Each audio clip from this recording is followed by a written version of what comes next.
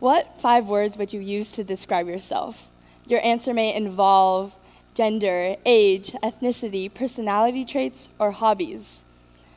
From elementary school worksheets to job interviews to college applications, we are constantly being asked this question. However, our answer often involves a force that quietly controls and manipulates our lives: labels. Hello, my name is Megan Park, and if I were to describe myself in 5 words, I would tell you that I'm a high schooler, I'm an IB student, a dancer, a Korean American, and an overthinker. And these are all effective labels in helping you know a little bit about me, because after all, labels help us function. They not only let us describe ourselves, but they give us direction, confidence, and clarity in life. For instance, by calling myself a dancer, rather than simply saying I dance, that gives me the motivation to wake up every morning feeling ready to stretch.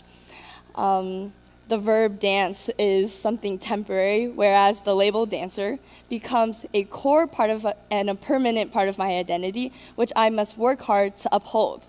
And as an IB student, that label has a productive pressure of high expectations placed upon myself that allows me to feel driven to work diligently every day. However, I find that these labels often dictate how I live and tell me that I have to be on a certain pathway. For instance, the label IB student tells me that I always have to be at home studying and working, and I always have to have this pragmatic, practical mindset, which limits my ambition and my dreams as a dancer. Even the simple label high schooler tells me that I am too unexperienced or too young to pursue bigger opportunities. And this brings up a concept known as stereotype threat, which was researched by Steven Spencer and his colleagues in 1999 in a psychology experiment where he gave both men and women a difficult math test. In the first test, the participants were told that the test produced no gender differences. And as a result, men and women performed about the same. However, when they changed it to say that the test produced gender differences, women performance depleted. And this was likely due to the stereotype that men are better than women at math that lingered in their head and hindered their performance. The test didn't change. Their ability didn't change. The only thing that changed was the label, and that had enough power to completely alter their performance. And it shows us that labels don't just describe us. They affect how we perform and how we view ourselves. And this summer, I got the wonderful chance to learn the beauty of transcending labels through Butoh, a Japanese avant-garde dance form that arose after World War II, a time of societal unrest and despair. Amidst the post-war chaos, it served as a countercultural rebellion against both the hyper-traditional conformity of Japan and the culture-dissolving push for westernization during that time. Take a look.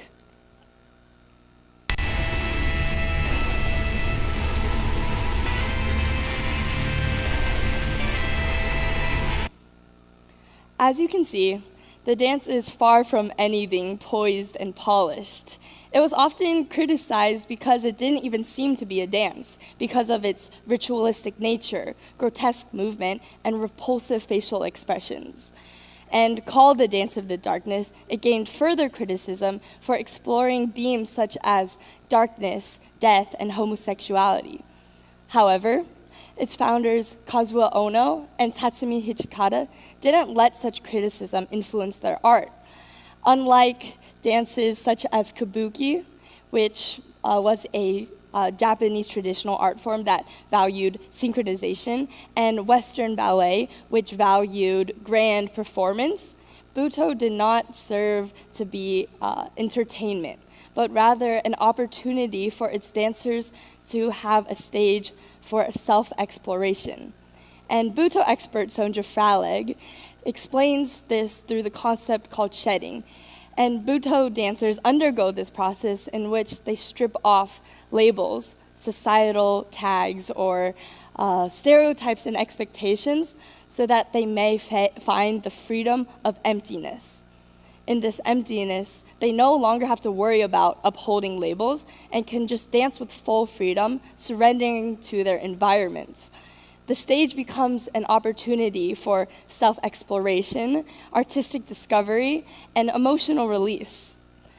And by shedding, they now then can metamorphose into new identities. They may become a new gender or even diverge from their human form, spiritually evolving into a plant, animal, or object as they discover the endless possibilities of movement.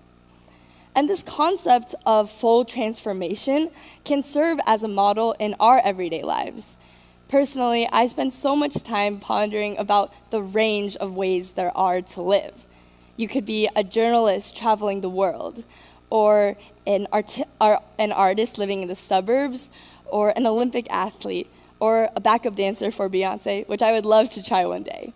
But besides the point, there are truly endless possibilities of ways we can live that are left undiscovered simply because of the stubborn dedication we have to preserving our labels and the pathways attached to them. So this brings me to my main point, that why don't we look beyond our social constructs and our labels and remind ourselves of the humanity we have beneath, and see life as something as constantly transforming so that we may shape our lives beyond our default pathways. Personally, seeing Butoh dancers explore their movement in such a freeing way that disregards audience judgment has really transformed my own dancing. I no longer see every performance as a outward expression, but rather an internal therapy where I can just enjoy the time I have to move freely on stage. And that goes for my life as well. I no longer see life as a set pathway and a performance for others, but rather a constant opportunity for self-transformation and growth as I partake in opportunities that don't necessarily align with my given pathways as a dancer, high schooler, or IB student. Even being on this TEDx stage is a testament to that, because my freshman year self knows that I'm just a math person, where anything from reading, writing, to speaking does not align with my identity. So I'm proud to say that being on the stage is a direct rebellion to the self-prescribed labels I've held on for most of my life.